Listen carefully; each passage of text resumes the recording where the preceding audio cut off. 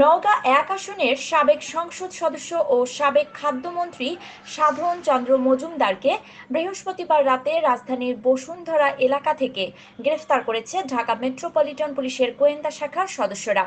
গ্রেফতারের সংবাদ পেয়ে নওগাঁর নিয়ামতপুরে শুক্রবার সকালে বিএনপি নেতা মুস্তাফিজুরের নেতৃত্বে আনন্দ মিছিল ও মিষ্টি বিতরণ করা হয়।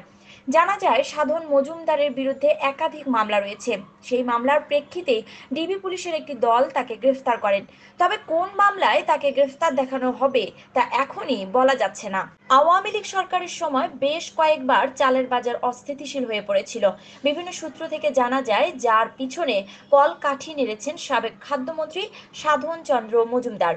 এমনকি তিনি নিজেও ছিলেন চাল ব্যবসায়ী। ভাই লীগ ও সিন্ডিকেট লীগ গড়ে চালের বাজার নিয়ন্ত্রণ করে প্রতি বছর কোটি কোটি টাকা হাতিয়ে নিতেন সাধন চন্দ্র মজুমদার।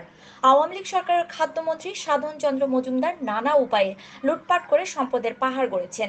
বিশেষ করে নিজ জেলা নওগাঁয় সড়ক, এলজিইডি, কৃষি, খাসপুকুর, সরকারি জমি ও বিভিন্ন নিয়োগ বাণিজ্য ছিল তার দখলে। শুধু তাই নয়, সাধারণ মানুষের জমি ও দখল করে নিতেন সাধনের ক্যাডার বাহিনী।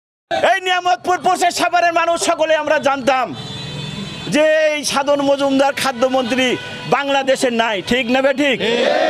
কিন্তু আল্লাহর বার দুনিয়ার বার আজকে দেখেন আমাদের খুঁজতে হয়নি। আজকে গতকালকে আমরা সংবাদ পেলাম, টিভির পর্দায় পেলাম সাধন মজুমদার গ্রেপ্তার ঢাকার বসুন্ধরায়, ঠিক না বে ঠিক? আজকে এই তিন থানা নিয়ামতপুর পোষের সাভারের মানুষ, সকল মানুষ তার বিচার চায়।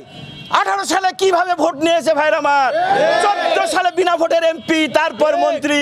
লজ্জা লজ্জা লজ্জা, শেখ হাসিনার লজ্জা নাই, তাদের লজ্জা নাই। 18 সালে আমার নেতাকর্মী ভাইদের মিথ্যা মামলা দিয়ে ভোটের আগে গ্রেপ্তার করে জেল হাজতে প্রেরণ করা হয়েছে ভাইরা, ঠিক না? ভোটের দিনে আমার বিএনপির নেতাকর্মী, জোটের কোনো নেতাকর্মী, কোন জামাতের নেতাকর্মী, কোন নেতাকর্মীকে ভোট কেন্দ্রে যেতে দেওয়া হয় নাই, ঠিক না বেটি? যারা দু একজন গেছে তাদেরকে মারধর করে বের করে দেওয়া হয়েছে, ঠিক না বেটি? ভাইর আমার, এই ভোট চোর এই সব এবং ছাত্র জনতার 5ই অগাস্টের আন্দোলনের পূর্বে এখন হিসাব পাওয়া যাচ্ছে প্রায় 800-রও বেশি মানুষকে হত্যা করা হয়েছে। ভাইর আমার, এই 800 আমাদের ছেলে, আমাদের সন্তান, আমাদের ভাইদেরকে হত্যা করা হয়েছে। এইসব রক্তের প্রতিশোধ আমরা না নিয়ে ছাড়বো না।